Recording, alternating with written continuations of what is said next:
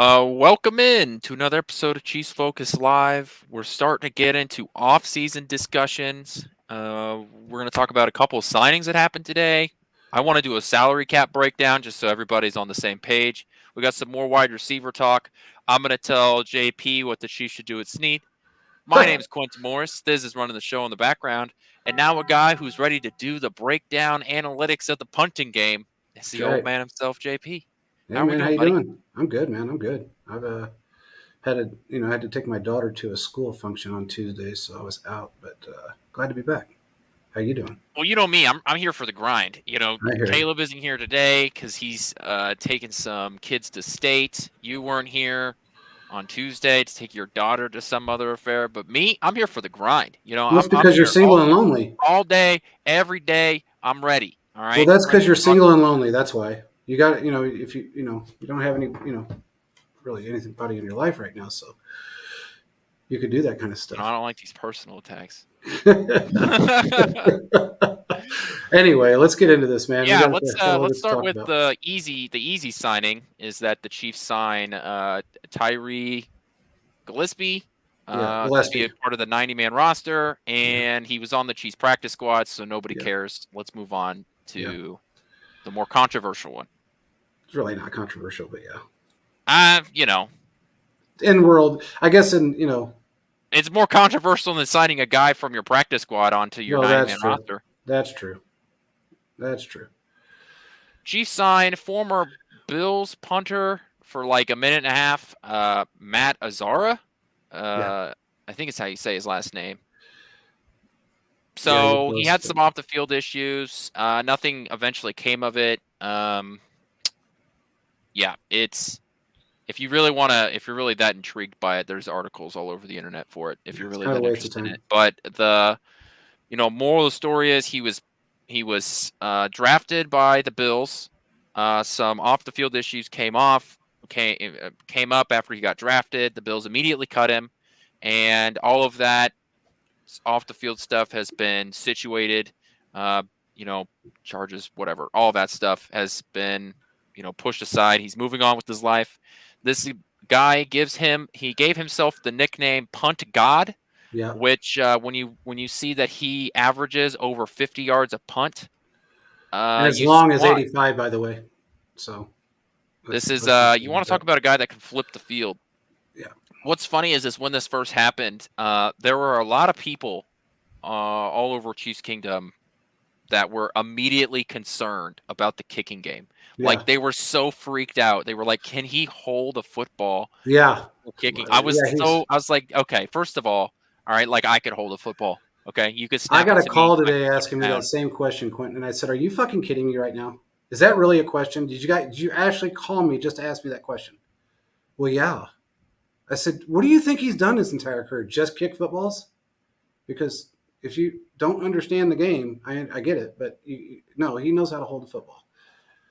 And it's just comical that people assume these things. I mean, I understand that back in the day, 30 years ago, quarterbacks were the holder, but that's no longer the case. So let's get that straight. Anyway, this kid's got an 85-yard punt, and he downed one on the one. I don't know if you've seen that kick. It was insane. He downed it on the one. The ball carried 82 yards in the air. It's fucking nuts. Look, here's the thing. When you have an opportunity to get younger and cheaper and even potentially better at any position in any sport, you're going to do it. Yep. And that's what Kansas City did. For a fact, they got younger and cheaper. The contract isn't out yet on what he's making, but I just assume that I assume it's going to be cheaper because otherwise this move doesn't make any sense. Well, he's a 6th-round pick. Exactly. And basically now he's an undrafted free agent is what he is now because he got cut. So, yeah, Kansas City, they're moving on from Tommy Townsend. That's fine. That's okay. We'll live. All right. What's interesting about this, not only is he got, just a cannon on his leg, he's left-footed. Yeah. So the ball spins the opposite direction when he kicks it. So that always intrigues me, not only from one left-handed fella to another, but, anytime that your game is just slightly different, any chance that you have that somebody's trying to catch a ball and the ball is spinning in the opposite direction than what they're used to, I'm all for it. I'm all for any sort of, maybe this is something that you can take advantage of. Maybe one dude this year tries to catch a punt, and because it's, rotating the opposite direction, maybe they muff it, and it's because he kicks it with his other foot than most people do. Absolutely. And it goes for, whether you're a kicker or you're a pitcher. I mean, I'm left-handed. I pitched, and my curveball was insane, and nobody could hit it because of the way it came out of my hand. It's totally different than a right-handed pitcher. And it actually curves the opposite direction, so it throws a lot of people off. It's pretty cool to be able to have that kid on the roster. He's going to be cheaper. There's no doubt in my mind. But again, like you said, Tommy's one thing I want to say about this. Tommy's going to get the bag. He's got Rosenhaus as his agent, so they're going to go after the big money. And I wouldn't doubt at all if the Bills sign him. That'd be pretty funny. Yeah, I wouldn't doubt that at all. I mean, we have snaked him a couple of times now, and I think it's great. But anyway, he's a good kicker. A lot of scouts, a lot of high value talent guys that really understand the game have already said that he's one of the best kickers of all time, and he's not even kicked an NFL snap. So he's just one of those guys that had an NFL snap. So other than a preseason game. Hey, if he kept his average throughout his entire college career and he has that in the NFL, he'd have been the best punter in the league. Yeah, absolutely. So it's a pretty good move so far. I think it's great. But there's going to be a lot more moves in the next couple of weeks. That's just one of them at this point. I know, I want to say this, and I hate to say this because it's frustrating. The times that we kept and hung on to players because of fan recognition or whatever the reason is because of their name, those days are gone. The John Dorsey days are gone. If you're good at evaluating talent, which Veach is, most of the time you can replace whoever you have. Most of the time. I'm not talking about the Sneads or the Chris Joneses or the Mahomes or the Kelsey. You're not going to replace those guys. But for the most part, you're going to be able to find somebody that's just as good. We found McDuffie. He's a great player. We replaced Tyrann Mathieu with Reed. Another great player. We have a lot of young talent on this team, and most of them came from the draft. Yeah, look, when you're spending up to the cap every single year, moving on from a punter to get another punter, so saving a couple $1 million may seem like a lot, but, it's like any financial decision you make in life, penny saved is a penny earned. That's so, right. This few $1 million that you're saving from moving on from Tommy Townsend, it adds up. And so you can spend that money on trying to get, another wide receiver, other moves that you might be able to do. So, speaking of the cap, I want to spend some time talking about the cap space, where the cap is going, and what Kansas City is going to be able to do, because it's fun and interesting to sit here and talk about what Kansas City can do, but when we're having these conversations, I want you guys, I want JP, I want everybody to know when I'm having these takes, when I'm having these discussions, I want to know why I think they are. When they're cap driven, I think it's important to just have a base, foundation of where the cap is and where it's going. So we're going to get into some numbers here. So I hope you're holding on to your, butts on seats, because this is going to get real fun. So all of this comes from Over the Cap, which is a fun website if you're a football nerd like me and just want to see, how much dead money you would make if you cut Patrick Mahomes. It's $112 million, by the way. If the Chiefs were to cut Patrick Mahomes, they'd have $112 million in dead cap space, or dead cap money. Yeah. Okay. Kansas City has $15 million in cap space heading into this offseason, right? Now, I'm of the opinion, and I think most everybody listening, and JP, you are also, that Kansas City is cutting MVS to save money. Now understand something though, Quentin. That $12 million of MVS is an option contract. So it's probably reflecting in the cap right now. It is not. And that's what I'm saying. It'll once he's gone, that money will add to the cap. Yeah, that's what I'm getting ready to go over. Yeah, that's what I'm getting ready to go over. So you cut MVS, and you add that, so that puts you up to $27 million in cap space. Okay. Yeah. Now you need about $6 million to sign your draft picks. So let's knock that. Yeah. What's up, Will? Let's knock that bad boy down. We'll say about $21 million in cap space as of right now. Okay. there are a couple of other moves that Kansas City can make. We all know about the Patrick Mahomes contract. You could move anywhere from $0 to $35 million in money in restructures there. The one that catches my eye is giving an extension to Justin Reed. Depending on how you work, you could give him an extension and clear up about $7-8 million in cap space this offseason. So if you're thinking about keeping Justin Reed around a little bit longer, you're able to add some more money that way. There are a few other guys that technically you could move some money around. I just don't see it being realistic. Both Jawan Taylor and Joe Tooney's contracts, you're able to move some more money around in restructuring. Jawan Taylor is going to happen. I think that's going to get restructured. Travis Kelce, you could move $5 million around and restructure. So Kansas City has some more wiggle room in terms of the cap. They could pretty much do. I don't think they're going to be limited by cap for making some of these smaller moves that I think that they're going to be making. So that's the baseline that we're working with. Let's just say Kansas City, as of right now, let's just say Kansas City has $20 million to work with. The cap is also, when the new league year starts, the cap's also going to go up. This $15 million on over the cap is a low bar because the league hasn't announced what the new cap level is going to be for the next year. We all know that the NFL continues to make more and more money, and which means that every year the salary cap continues to go up. The NFL has not released what the 2024-2025 salary cap is going to be. I imagine that it's going to be around $10 million more, something like that, with all the new gambling money and stuff that's coming in. Plus, we're out of the COVID year where they didn't decrease the salary cap that year. Instead, they just took the loss and they blew it over the next couple of years. Mm-hmm. So we're going to see a bigger jump this year than we have in the past for those two reasons. So realistically, Kansas City is going to have about $20 to $25 million worth of cap space post-cut MVS, and assuming you're taking $6 million out to sign your draft picks. Okay? I'm looking. Okay, hold on. Right now, it's the prediction on this year's salary cap for the Chiefs is $242.5 million. Right.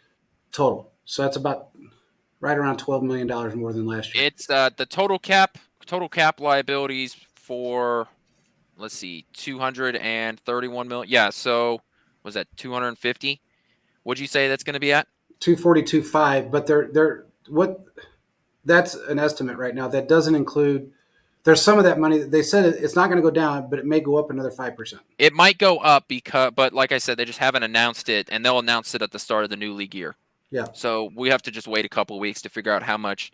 That's why I said this $15 million in team cap space right now is a conservative estimate because there's going to be more. This number is just based off of quote old information. We just don't have the new number yet. So and then as far as the draft is concerned, last year I think they hit about $8 million. On average, it's about $8 to $9 million is what they spend in the draft. They have to have that at least that much to go to the draft, I should say.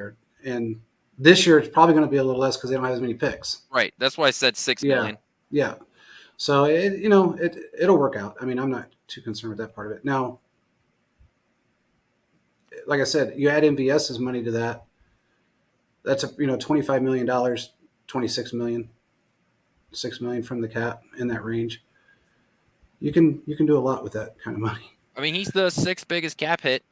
Yeah, on the team. Yeah, and it's crazy to think that he is. 331 yards, 21 receptions, and a touchdown. And you cut him, you save $12 million. Yeah, you've got $2 million in dead cap money, but that's a 1-year thing, and it's out of there. You save $12 million. Saved $12 million.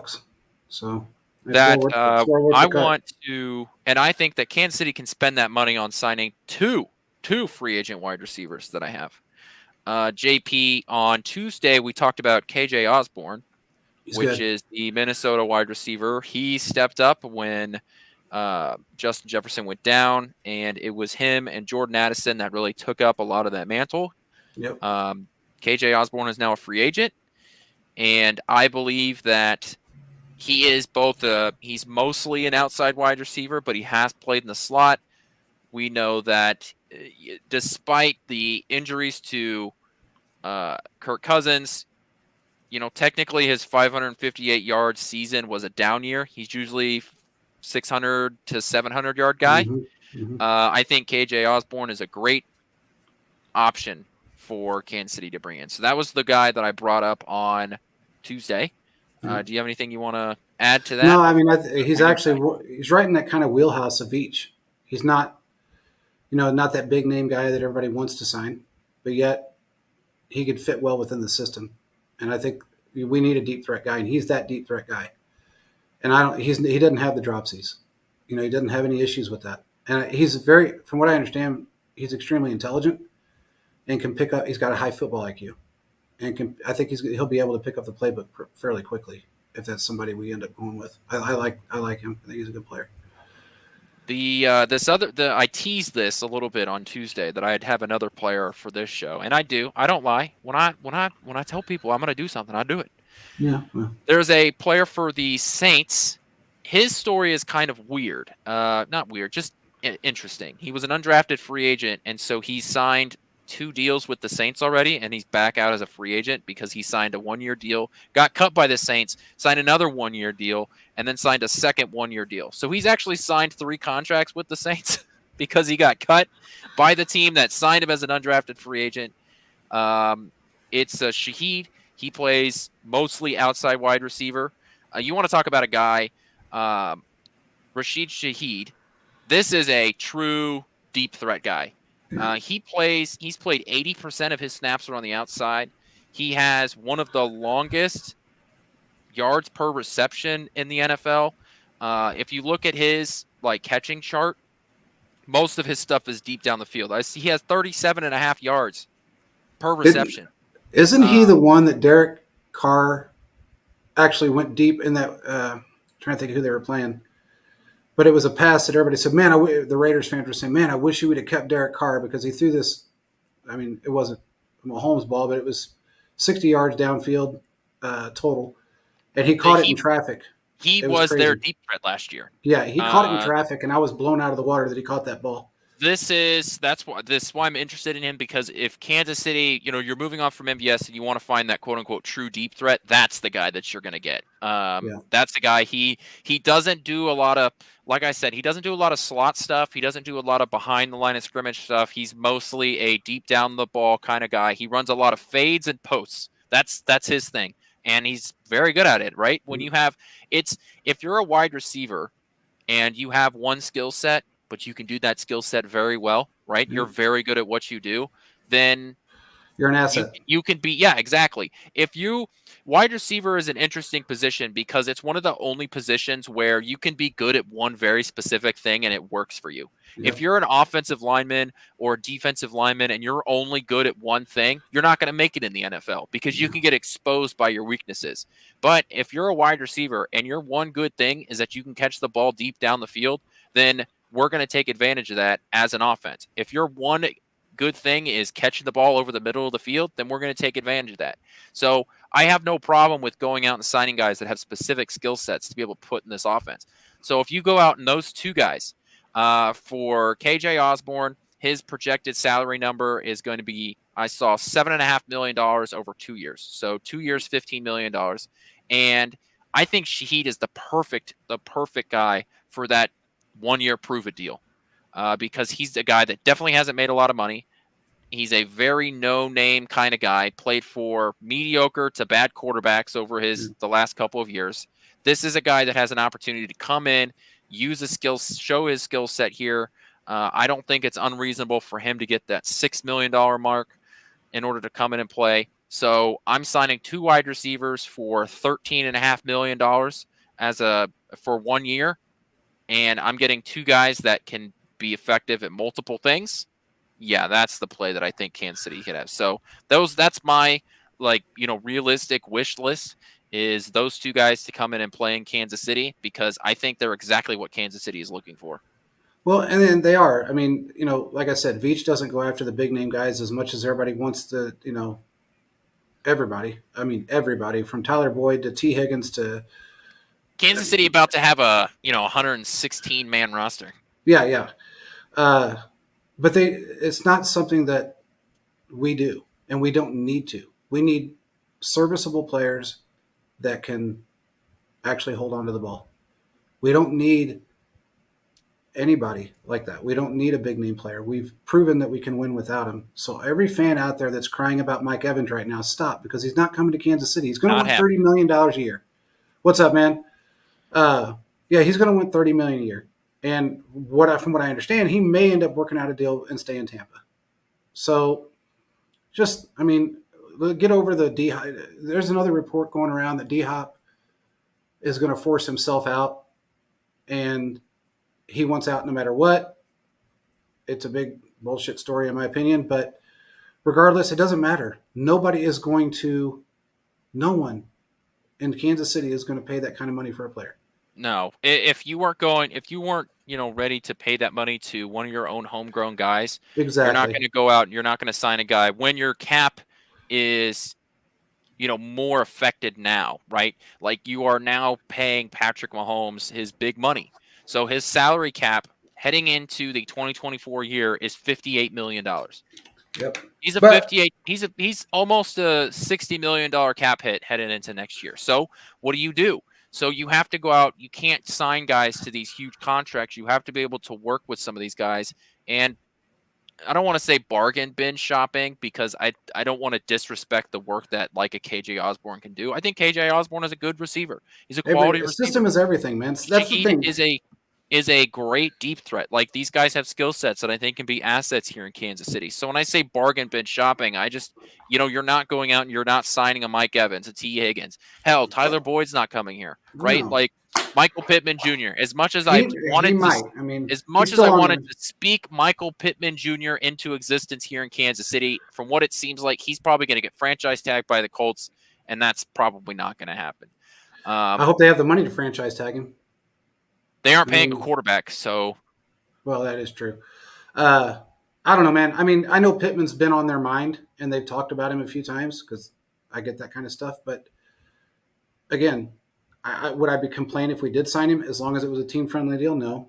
But again, we don't need those big name guys. And now is he a huge big name? No, not yet, but he will be because he's a really good player. There's other players out there that you can sign. And right now we're in a unique situation, something that we haven't had. And we really struggled with, especially in 2021. We have players that actually they just want to come and play here.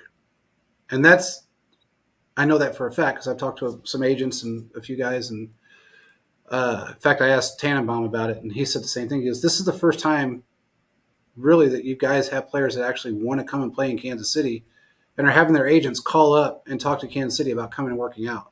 Well, I think the back-to-back Super Bowls is a big thing, right? Well, that and the fact that we don't there's nobody on this team wide receiver wise like a Tyreek Hill or a big name player that is going to be a reason for another player not to want to come here. But I think remembers when Juju thing also helps. Well, right? That's what I'm saying. I mean, had a guy come in and play a year here, right, on a true 1 year thing. Now he didn't get like a huge bag, but he got paid by the Patriots. I mean, it's not bad money. I think that him being able to come here, sort of do that prove it deal, move on to another team and get a payday. Kansas City wins another Super Bowl, and now you're sort of opening up the door where, look, what's happening in the NFL is your top wide receivers are going to get paid.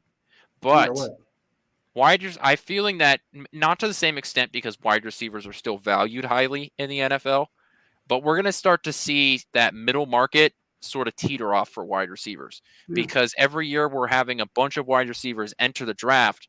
And so you're running into the situation where if you're a middle of the pack wide receiver, you're not going to get that huge contract because if you sign, you can't hold out for a $20 million a year deal because you could just get a lesser skill set on a significantly cheaper price by drafting a rookie guy. So that's why I think Kansas City can benefit a little bit from that by signing a couple of these guys to $6-7 million cap hit deals for 1 to 2 years. For those of you that follow baseball, the Chiefs should build their wide receiver room like the Royals are building their pitching staff right now, where there's a couple of guys that are homegrown, and then what you do is you go and you sign middle-of-the-road free agents to sort of fill in the holes, And that's how you build your wide receiver room. That's how Kansas City built their pitching room or their starting order this year, which, by the way, the first spring training game is tomorrow. I'll be producing that. But Kansas City needs to look at their wide receiver room exactly like that. You've got your Rice, right?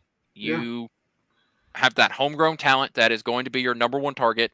Let's sprinkle in some middle of the pack free agents, guys that I know are dependable. They're not going to break the bank. When I call on their name, they're going to do a fine job, and I'm happy with that. And then just let the rest of the room figure it out.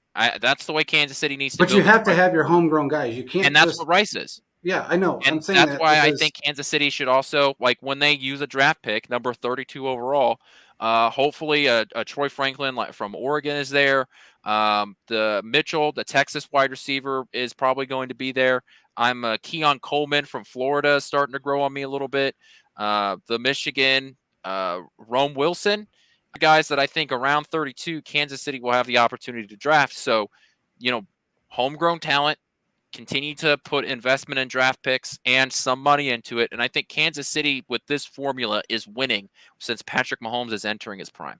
Hey, Will, you've been on this show for a long time or listening to the show, and we really appreciate it. But do you remember a conversation that Quentin and I had about, I don't know, a year ago? And maybe a little longer. And Quentin said, this is the way the game goes. You're just going to it's just a rotating door, and it's just going to be new player after new player after new player. And I said, I don't think that's a good idea when it comes to the wide receiver room, because if you don't have your guys that are consistent and learn the system and you stick with those guys and you constantly have a rotating door, it's going to be a problem, and it's going to come to a head one day. And that's what happened this past season. But now Quentin wants to keep a couple of homegrown guys. It's still rotating. It's still a rotating door because I'm telling you to bring in 2 free agents. I understand, but you still have to, like I said a year and a half ago, you still have to have guys that understand the system. Yes, of course. You're not going out. You're not signing 5 free agents every offseason, right? No. You've got your core guys, but every year, Kansas City, we're going to have this same conversation every offseason. What's the middle of the pack free agent? Said, yeah, I remember. Yeah, Will, I get you. Yeah. Twisted my words, JP. Oh, every no, year, they were very bringing in. You're going to bring in free agent wide receivers every offseason. This is the way I think Kansas City has to look at it moving forward, especially since, the entire last year, the entire conversation was, well, Travis Kelce is still here, so we don't need to have that huge free agent guy. Well, that's still true. Travis Kelce is still here. He's still in this building. He's still in this city. So he takes pressure off of that. So yes, you need to have that sort of rotating door on your wide receiver room. Just because literally one dude is staying around here doesn't mean that it changes my opinion on it. I said, and I agree with you right now. Now I do. We need to keep a couple of guys here that understand the system. Mahomes builds a rapport with, and they stay that way, because it did build up and it blew up on us this year. I mean, it blew up on us. Mahomes knew it. Everybody knew it. It wasn't good. It turned out well, but it was a nightmare for a lot of weeks, and we just don't want that to happen again. I don't mind bringing in every 3 or 4 years, bring in somebody new, keep that part of it going, but you still have to you need to sign somebody to a second contract. You can't just continue to let the door stay wide open, because at some point, for everybody, I should say, regardless if you have a guy 2 years or 4 years, and you're still bringing new guys in, that still throws the continuity of the wide receiver room off. And if anybody that's ever played football understands that, you play with a certain group of guys, you understand one's on the right, one's on the left. You know what that guy on the right's going to do. You know what the guy on the left's going to do. They work together. But when you got a new guy every time standing on the right, who knows what he's going to do? Who knows if you guys got everything down and working like a well-oiled machine? That's why I feel like they need to. I agree with you on the 3rd and 4th wide receivers. Fine. But you have to have that number 1 guy and a number 2 guy that are going to be solid for you for more than just 2 or 3 years. Yeah, I think that since Travis Kelce is here, the conversation's a little different. I think that he is that technically number 1 guy, right? So in this scenario, Kansas City has the continuity with the 1 and 2, right? And I'm not saying Kelce's – I understand, but I'm not saying Kelce has declined in any way. He had an off season a little bit, if you want to consider that an off season for a tight end. simply because of injuries. But again, he's going to be 35 years old this year. And I think it's time that we start thinking about, I mean, he's already thinking about it to some degree. So we really start thinking about either another tight end or a wide receiver that's going to be able to take some of the, and you're never going to get all of the pressure from him. You're never going to get all the snaps that you get out of him, but you have to have something. Mike Williams will never, I don't think he'll ever come here. I don't know if Mike Williams, I don't want Mike Williams coming here. Now, Shark, I don't mind. I mean, Shark isn't a bad player, but my problem with a DJ Shark, I just think that there are other guys that fill that role too. Like there is, but I mean, if they end up with him because they have to, I'm not concerned. I'm not upset about it. No, Mike Williams, I would be pissed if they brought him in because one, we'd be lucky to get. I mean, honestly, who knows if he'd last a game? He's one of the most injury-prone wide receivers in the league. He's the Alberto Mondesi of the. He really is. He really is. And it's difficult to have a guy like him in the room. I don't even want Mike Evans because of that reason. And he hasn't been injured for a year and a half now. But when he is injured, he's injured for a long time. And I just don't, and now he's 31 years old. I'm good. Shark I'm good with, but I don't want I don't want Mike Williams. I don't want Keenan Allen. I don't even want Devontae Adams at this point. I really don't. I mean, you're bringing in a guy that, one, Devontae Adams, I know he's not injury prone, but in the same aspect, he is up there in age, and he's very set in his ways. So it's like you bring all those guys in, and you don't know what you're going to get. You're taking a gamble on whoever you bring in, but why not have the odds in your favor by bringing somebody in that hasn't been injured, 6 out of the last 7 years? I guess that's my whole thing with him. But there's going to be some changes in the wide receiver room. We know that's coming. MVS is going to be gone. Don't be surprised if Tony's not here, or at least not maybe on the practice squad. I don't know what they're going to do with him yet. But yeah, in terms of changes, I think that this is what the wide receiver room looks like. I think it is Rice, 2 veteran signings, the whatever rookie you end up drafting, right? Pick literally whichever one that you like the most. Then I think you're going to have Sky Moore and Kadarius Toney. I don't know if I can't say 100% on Tony yet. I've heard just think rumblings, but who knows? Tony just had his entire salary for this coming year is guaranteed. So if you cut him, like, it doesn't really benefit you at all. Yeah. But I mean, what do you get? A bag of peanuts for him? Like, and it's not even real peanuts; they're packing peanuts. Yeah, I know. I just don't think you can get anything for him. So have him on your roster. If you really need someone to go out there and return punts, maybe that's what you can get him to do. I just. What do you think about Richie James? Man, I was on the Richie James hype train to start the year because I thought that was the guy but he got hurt, and so you just didn't get to see what he is. And if you're going out and you're signing 2 free agents, maybe he's one of them. Like, if they re-sign him, I would count that as one of the free agent signings. Yeah. But I just think that there's better options out there than Richie James. Well, I think there are more athletes out there, better athletes out there than Richie James. We don't really know either because, again, he didn't get a chance to really learn the system and play with Mahomes. He really didn't know. So what did he get hurt? Week 2? 2 or 3. 2, I think, yeah. So it's hard with him. I still think he's a viable player. I think this last season of getting used to the system and getting used to Mahomes and, being on punt returns, I think that may have helped his case with Kansas City a little bit. But, they're still going to hang on to Justin Ross no matter what because he's a rookie and he's a draft pick.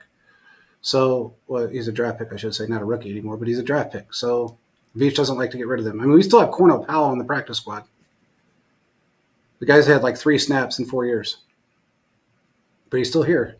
So they're going to go in the same. I think they're going to go in the same way they did this year with 6 or 7 wide receivers, and they're going to hang their hat on whoever they keep.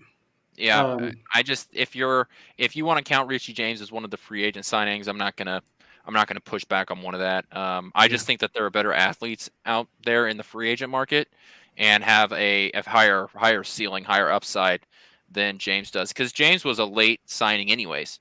Yeah, he was. So that's why, though, like those two that I bring up, even if it's not then, I just think that probably should be the plan heading into. I think that we're talking about a lot of the discussion has been, let's sign, what free agent wide receiver are we signing? I think you have to bring in two different guys with two different skill sets. So whether it's a DJ Mooney or a Darnell Mooney, or it's a Hollywood Brown, right, from the Cardinals. They've talked about him a couple of times, I should say. Yeah, like I think that there has to be two guys you bring in, one guy that is both an outside receiver and has been used in the slot, and one guy that is mostly an outside receiver. I think those are the two skill sets that you have to bring in, because that's what you're really missing right now. Yeah, and it's weird. I don't think Hollywood Brown is a bad wide receiver. I just don't know how well he'll fit in our system. I mean, if the way he played before, I just don't know. If you're just telling him, "Hey, I need you to run some posts. I need you to run some outside fades. I need you to run some, 15-yard crossers," I think he'll be fine at that, and that's what his skill set is. I just think that, I mean, you can put him in the slot and run some of those, outside cutting routes. I just don't think, because of his size, he doesn't do a great job near linebackers. So in that, I guess, what would you call it? Like 3 to 10 yards right there, that middle of the field. Yeah. Doesn't do great around that stuff. So it also doesn't help when your quarterback is as tall as an Oompa Loompa. Yeah, very true. Very true. But remember, he did play with Lamar Jackson. So. He did play with Lamar Jackson. Now, but when he played with Lamar Jackson, that offense was not a passing offense. That was a run offense with Greg Williams, I think, was the offensive coordinator. Yeah. So that's right. Yeah, he can definitely be a whole conversation about, guys that, fit or don't fit, not because of who they are, but the scheme. Correct. And that's the one thing that Veach really looks at. I mean, he's turned down really good wide receivers in the past, and even running backs for that matter, because they don't fit within the system. And that's something him and Andy are very, very, and Mahomes for that matter, are very high on, is making sure that they're able to fit within our culture and the way we play the game. And there's been wide receivers that haven't made the cut simply because of that. And there's been running backs that haven't made the cut because of that. They really put them through an eye test. I'll put it that way. And it's not just a physical eye test, it's a mental eye test. And if you can't do it, if you don't show any aptitude whatsoever towards the way this playbook is run or the way the play sheet's going to be for that day, Andy gives them basically a week and says, here, memorize these plays. May not be a play he ever uses, but memorize these plays. And if they come out and they go flat on 25% of them, they're really not making the cut. So that's something that, everybody has to keep in mind as well. That's something that they do and they've done for a while now, especially since Mahomes has gotten here. And it's really changed the way we look at wide receivers and players in general on the offensive side of the ball. So anyway, and that was something I wanted to bring up too. People were complaining about Mahomes not running as much this year. That's what they assumed, that he didn't run as much this year. He didn't use his legs nearly enough during the regular season, especially in the first half of the season, I guess I should say. Well, there's two different sides to that. One, he was trying not to, but also he really didn't want to, given the fact that the your guards were new to a degree, well, mostly new, and they weren't picking up things as quickly as he was used to, like Fisher and Schwartz, that understood where he was going to be all the time, knew the plays, understood everything he was planning, kind of how Kelsey does when Kelsey goes and finds an open spot and sits down, something that Rice learned how to do this year. If you don't understand how to protect him when he runs with the ball, and it took almost the entire season for them to really understand how to protect him, it's difficult. And I understand why he may not have put a Josh Allen run on anybody, 3 times a game, or a Lamar Jackson. He shouldn't have to.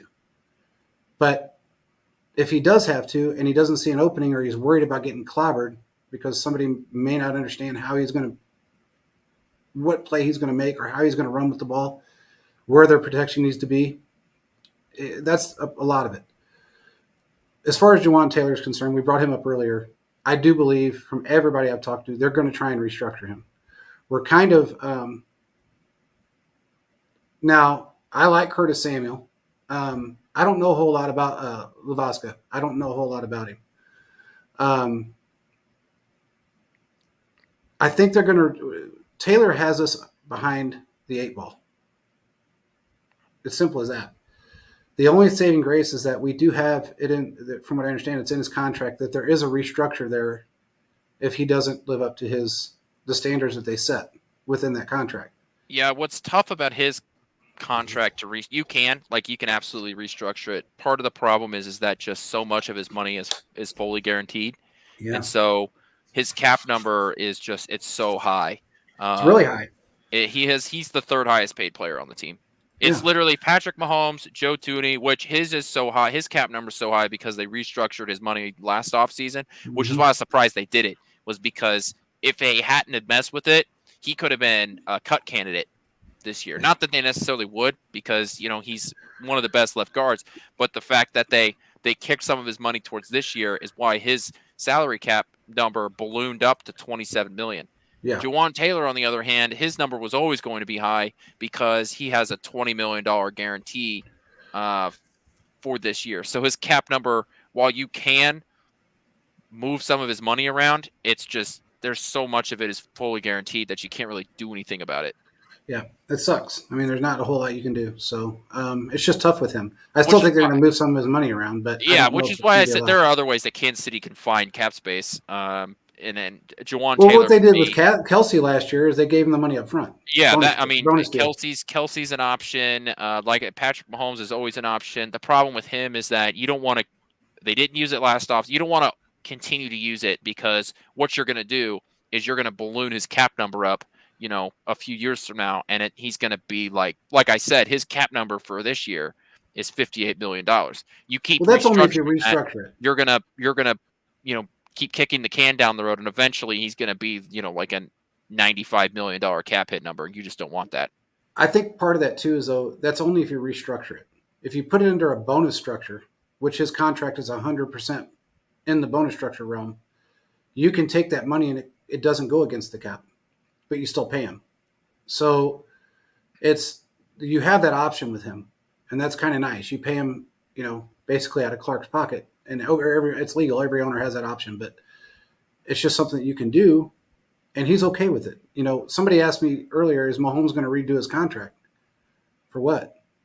Why would he redo it? The only way he's going to redo anything is if it turns into a bonus contract, which he'll meet, and he'll get paid anyway. But they're not going to restructure him and keep moving money around to where it's, 1 year he's going to get, in 2027, he gets paid $100 million. No, it's not. They're not going to do that. But Kelsey, you can do the same thing you did with Kelsey. Last year they took I want to say it was $4 or $5 million and paid him before the season started.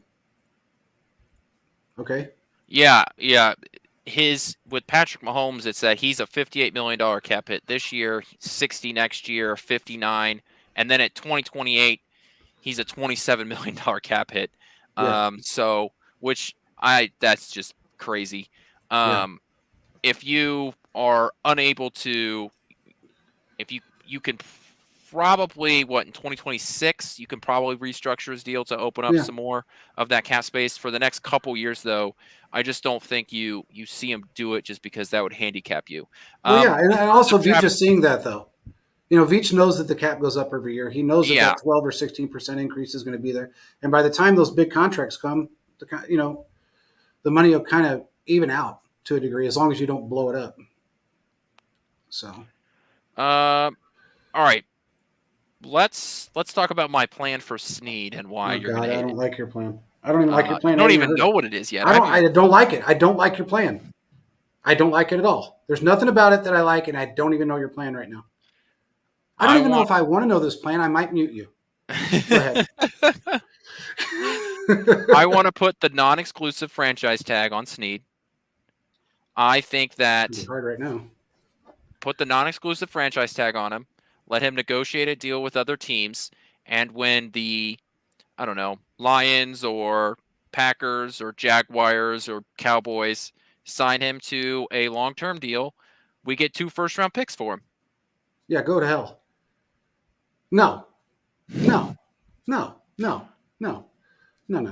First of all, they've already opened up the franchise tag to a degree for Chris Jones.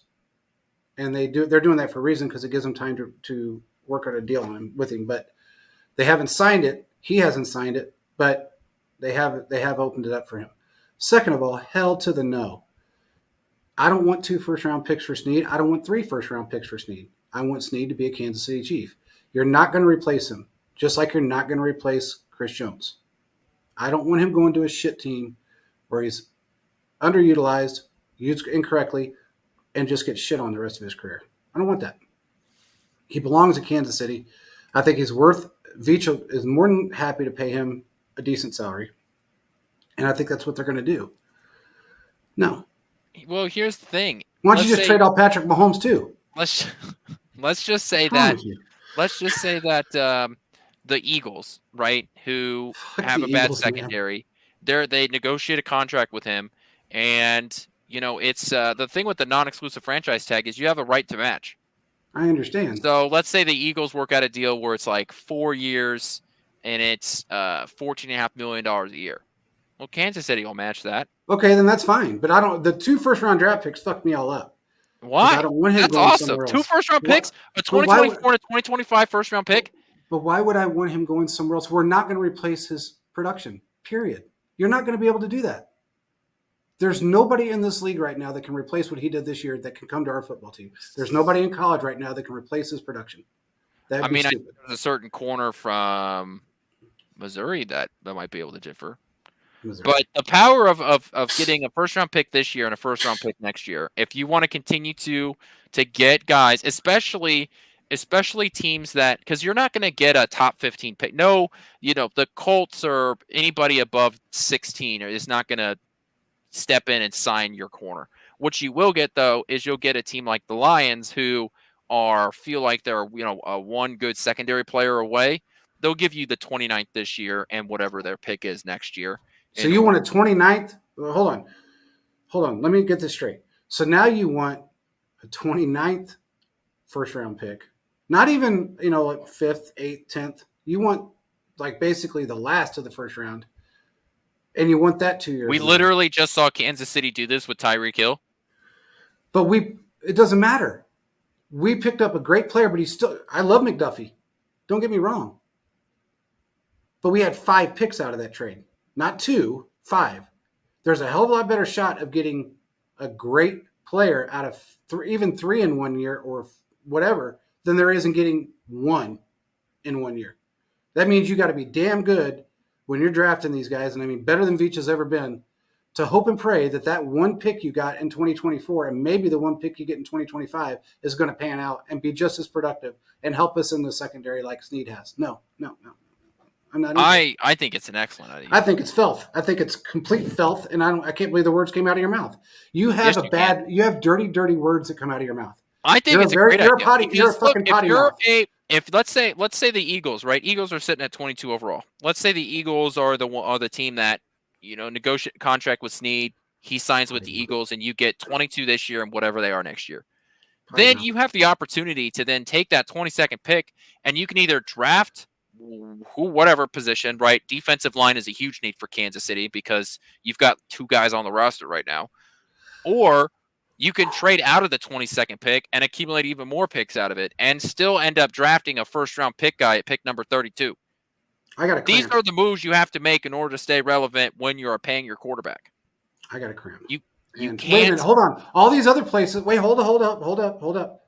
So what you're saying then is the Eagles, the Bengals, the Bills, the Chargers, all these guys. Wait a minute, hold on. The Ravens.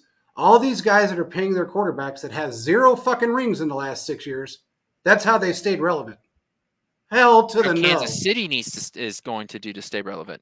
You can't re-sign everybody. You can't keep all your stars. I'm not saying everybody, but you can take. Yeah, you're just saying, the 2 most expensive ones in the offseason. But you can structure them to where it's a backloaded contract. You don't have to pay them everything up front. When the 4th year, or if you sign into a 4-year deal. I just think that L'Jarius Sneed is going to be one of those guys that he has made less than $5 million in his career. He's going to want to get. To me, that says, fuck, I'd take 14 all day long. I just made $5 million for 4 years. His franchise tag. See, the problem is his franchise tag is 19 million. 18 million, yeah. So that right there is sort of the negotiating point. That's the point where it starts at. Okay, well, to a degree. You can also say, well, and the same with Chris Jones. You could say the same thing about him. I mean, what's his face got $31 million a year, Aaron Donald, so that was the starting point. His franchise tag is 32, so that's the starting point. It's not, because these guys understand that just because their franchise tags that high doesn't mean every team out there is going to sign him to a 4-year, 5-year deal worth $32 million a year.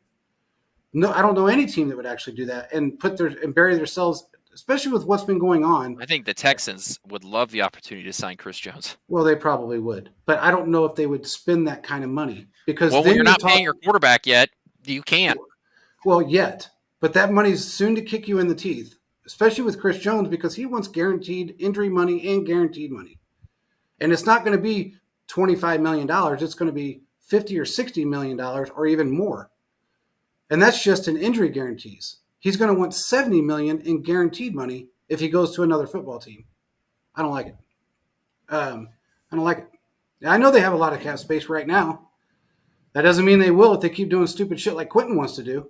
That's not stupid shit. That's building a team when you have a rookie. That's taking advantage of your rookie deal. That's why I think the Lions are a good example of a team that might be able to snipe away L'Jarius Sneed for 2 first-round picks, because you better shut the hell up. You know what? I don't even drink, and now I want to get drunk. They are a team that has a. And look, this is just a good idea. I'm sorry. No, it's not. It's not a good idea. Not a good idea. You can't keep both of them. It's more likely you keep none of them than both of them. I don't believe it. I don't believe a word of it. Veach has made it very clear, not to just the media, but people that I talk to him, that he's doing everything he can to sign both of those guys back. And I think he wants to do that. He understands that there's certain players you can't replace. Okay. He's made that fucking mistake. No. Here's the thing. If they wanted to keep Snead so bad, then why didn't they offer him a contract last offseason? Because they wanted to make sure that this year, because last year wasn't as good as this year, they didn't know what was going to happen with this defense. They had no idea how great this secondary was going to be.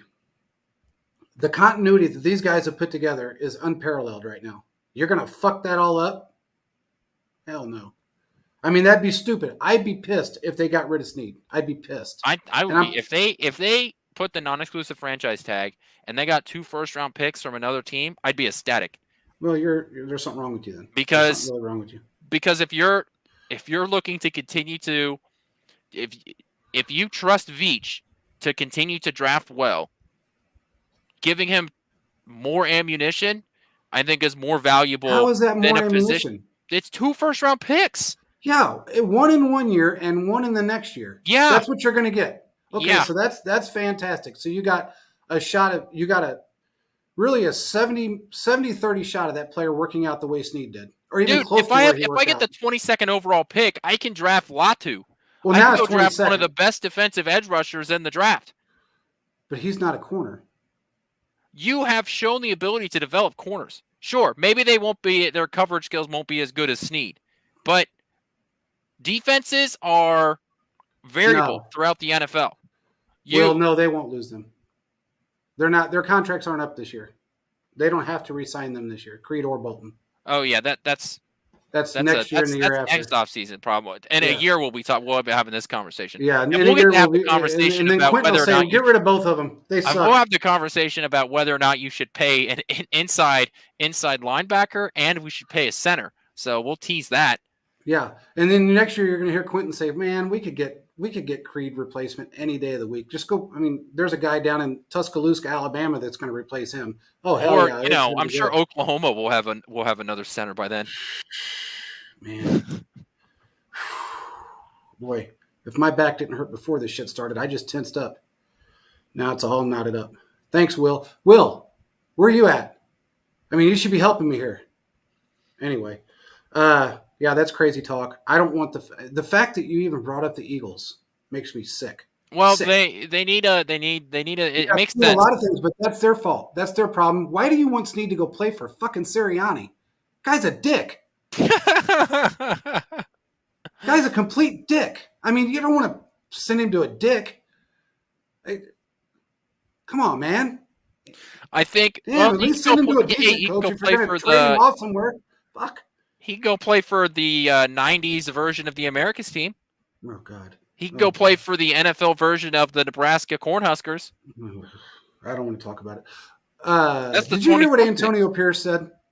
Yeah. What an idiot. Yeah, I understand the they've whole. got Mahomes rules, Yeah. like the Pistons had Michael Jordan rules, Yeah. and yeah, I think what he's doing, I understand what he's trying to do. He's trying to hype up his team or his fan base, and his fan base is probably going to be disappointed again. A really good chance there is. And yeah, I think he is under fire for it. To be honest with you, I was going to bring that up. The NFL circle has been like fucking blowing up about those comments, and even though he wants to, a lot of that comes from sitting there with Max Crosby. I know Crosby hates everything Chiefs, and I get all that. But when you're a head coach and you're talking stupidity like that, number one, you're giving the NFL ammunition to penalize you every fucking time you play the Chiefs and any other quarterback that you play, and you play that way. This isn't 1977. You can't live your life like that. You have to realize that if you do something stupid and you injure Mahomes or you injure anybody like that, today's NFL will launch you out the door. So he's basically given the NFL and the officiating reasons to go after him for penalties. They're going to take our place for the most penalized team in football. And it's going to be for unsportsmanlike conduct. If he goes with that little spiel that he keeps putting out. Yeah, I don't think he literally meant it like that. I think it was just, this is a guy that he's trying to create that brand. He's trying to, and you're on a podcast with your own player, a guy that he is by far your best player, and he is the guy that, has put up a fight against the Chiefs. So I didn't really take his comments literally. My thing with it is that you just know that Kansas City is one of those teams that has a bulletin board material type team. They live off of that. They thrive off of that. Yeah. So it's February. Why are you starting that shit now? Because Max Crosby cannot get out of his head the fact that the Chiefs just won a Super Bowl and planted a flag in their home stadium. And that's driving him crazy. Probably. Yeah, they put champagne all over his locker room. They put stickers everywhere. Yeah, they painted over the walls, for God's sake. That's funny. I don't care who you are. That's funny. And they deserved it. And now they deserve more. They deserved a big pile of shit in somebody's locker. But I think he's got some fire under him. And I agree I've heard that people have said a few things to him about those comments. And he continues to make them. It's not one comment. It's multiple comments like that. Bite the head off the snake and, all this other shit, and take him down and make him feel, you're going to feel me. You're going to feel me. Every time you're on the field, you're going to feel me. That shit is not going to work out for him very well. And honestly, if he has a really bad season, and 6-7 win season, and the Chiefs sweep him again, or sweep him, period, he's going to really wish he didn't make those comments. They don't even have a fucking quarterback right now. They have no quarterback. Yeah, their quarterback got suspended for peds. Yeah, and he's done anyway. He's out the door. So I know that for a fact. Remember, I live here and I talk to people. He is absolutely done. He is not coming back to the Raiders in any way, shape, or form. Now, what I did hear is that they are going to try and sign Justin Fields. So that doesn't hurt my feelings either. I don't think he's a bad quarterback, but I don't think he's the best option out there. There was even a rumor, and I thought it was kind of funny. Antonio Pierce actually put this out, that he hasn't made the decision whether he wants to try and trade up in the draft to get Caleb Williams, which he'll never get from Chicago because they have the number 1 overall pick. And that's the guy that they're replacing Justin Fields with. We do all the game for that Chiefs game or that Christmas game. I agree with you, Will. Or he wants to sign Justin Fields. Justin Fields has swiped everything off of his, all of his Chicago Bears stuff off. He's cleaned his name. He's not going back. He knows that. When they asked him on a podcast, or on a live show, what he thought about and why he did that, he said, "Look, I don't want to talk about the Bears anymore. I don't care about them. I'm going on vacation." He knows he's gone. The Raiders are going to try and pick him up. There's not a whole lot of teams out there that really need a quarterback horribly right now. Other than I did kind of hear some rumors, and it's kind of weird, but I heard some Seattle rumors, and I don't know how that would be since they re-signed Geno Smith. So I don't know why they would want him, but he said Telesco will crap the bed in LV just like he did. I agree with you. there. But I think he's probably going to be their number one target is Justin Fields, and that's fine. I mean, it doesn't hurt my feelings. Yeah, especially when they spend 2 first-round picks to acquire Snead. Who? The Raiders. You're out of your mind. Fuck off. You know what? I don't even want to do this show no more. The Raiders. Now you really hurt my feelings. First it was the Hey, Eagles, at least you'll get to see him. Yeah, well, I don't like the whole thought of it. I don't think it's very fair that you brought that shit up. So I think it's a great idea. Specifically when he goes to the Lions, Eagles. What do you think of this shit, Will? Anybody else got something to chime in? Come on, you can type it in. I think it's a great idea. What do you guys think of Quentin's idea? Non-exclusive franchise tag. I don't have to pay a position that I've proven to develop multiple times. I multiple get 2 first-round picks. Who's multiple? Snead, who has played as well as Tarvarius Ward. Did Ward play as well as Snead? No, he did not. I love Ward. I think he's great, but he's no Snead. McDuffie, yeah, he's getting there. But a lot of that came from the fact that he's playing with Snead. Well, then the next guy is playing with McDuffie, so then they should develop too. So a third-year guy that isn't as good as Snead yet and hasn't learned all of his capabilities is going to teach a first-year guy out of the draft. At a certain point, you got to trust your development. The NFL teams want blood when they play the Chiefs. Chiefs have been broken a lot of broken lately. That's true. I agree. I agree with that, Will. What do you think of the Snead conversation that he wants to trade Snead for 2 first-round picks? 1 in 24 and 1 in 25, by the way. Not 2 in 1 year, not multiple picks, but just 2 picks. 1 in 1 year, 1 in the next year. And by the way, he said 29th pick. Well, that would be if it was the Lions. It would be the 22nd if it's the Eagles. It'd be the 24th if it was the Cowboys. So what do you think? What do you think, Will? Anybody else want to chime in and I think debunk this craziness? Idea. Some might say it's a great idea. There's one person that said that. I don't know about anybody else. Anyway. It's better than have him just walk away. You know what? I would rather see him walk away and make a decision on his own. Fuck that. No, I'm getting something. No, I'm just kidding. I don't think that's going to happen anyway, but whatever. See? All right, there we go. We're getting some love in the chat. There's no chat. What love? Who said that? Hey, whatever. You know what? I don't like being ganged up on. I was not here Tuesday, and I don't like this shit. Yeah, the Cowboys would be down for anything. Look at the money he paid Zeke and everybody else that sucks. He'll pay a great player fucking tremendous money and give up the house. Jerry Jones is a crackhead. You're just really helping my situation here. I don't like your situation. I don't like what you said, and I'm not going to continue to talk about it. Anyway, what else we got? That's it. That's all that I have. You know, now we can just rest on this lovely idea. There's no idea. That's not an idea. That's a nightmare. That's a nightmare. He said, no, I don't. He said, I don't think that will happen. Snead, he is. You don't think what will happen? Someone will do the non-exclusive franchise tag on him? What are you talking about, Will? He is 27 years old. That's true. Because remember, Jalen Ramsey got traded for 2 first-round picks from the Jaguars to the Rams. Yeah, and what good did that do the Rams, though? And people remember that. They won a Super Bowl. I don't know not because of him, not just because of him, though. That was all Aaron Donald. Nobody got past the line of scrimmage.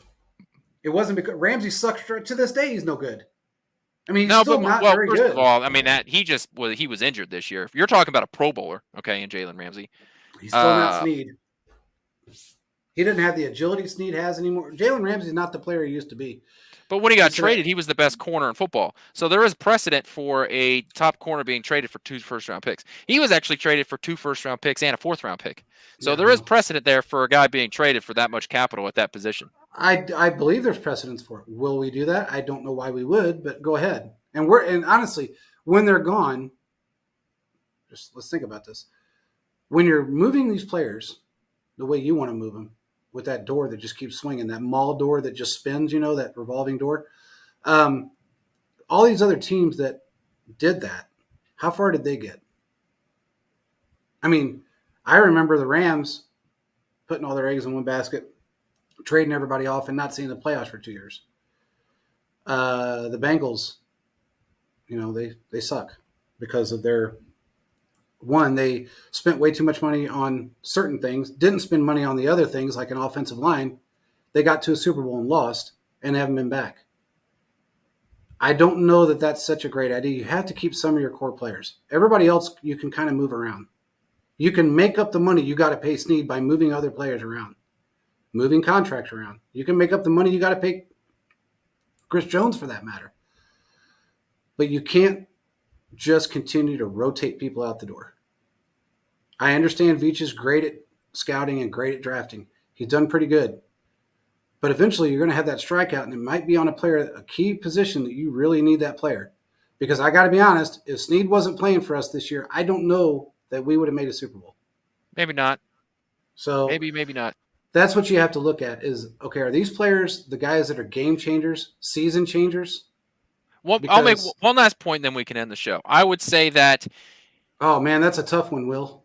If you had to choose between Jones and Snead, which one would you keep? I'd keep Jones. I probably would too. It's not even close for me. Oh, it's close for me, but I would probably keep Jones. I'd keep Jones. And the only reason I say that is because Jones is that first line of defense, and he helps that front line keep the back line clean. Jones has the ability to impact every single play, where a corner, just nearly based on their position, doesn't have that opportunity. Well, they don't have that opportunity because they're not thrown to. Exactly. That's a huge difference. Jones is more important because he can have an impact on every single play. Yeah, but if you have a weak corner, you're going to get fucking toasted every time. And that's something that you have to, even Sauce Gardner's been burnt. And he's supposed to be the best corner in the league. First of all, Snead gave up a touchdown in the playoffs, so, he got burnt too. Well, there's a first for everything. So, you said it's not easy. Yeah, I agree with you. I mean, it's hard. I would pick Jones over that just because he is the front line. He is the best at what he does, and he does help the secondary stay clean if I had to pick between the two. But it's really difficult when you have a secondary that was the best in football this year. There was not another secondary as good as ours. Nowhere. And I know Chris Jones and the group helped to a degree. When Noddy went down, that didn't help us much because we struggled there. But I don't know, man. That's a tough one. It's just hard. It's difficult when you have players that are just so damn good, and then you watch them walk away for a fat contract. Because, like I said before, with the wide receivers, eventually it will catch up with you. I don't think Willie Gay is coming back either. I think Tranquil will, but I don't think Willie Gay is. We can talk. I want to talk specific defensive line and linebacker play next week, so we'll talk about that on Tuesday. But right now, we're running over time anyways, so JP just needs to process how great my idea was. It's a terrible idea, and I'm going to go home. Make sure you like and subscribe and hit that bell notification. And tell your friends. That's it. All right, guys. Peace out. Tell your friends about my great takes. Tell your friend. Yeah, don't do that. We'll never have another people on the show. Anyway, we appreciate everybody for joining. Make sure you follow us on everything, and we'll see you on Tuesday. Peace out, everybody.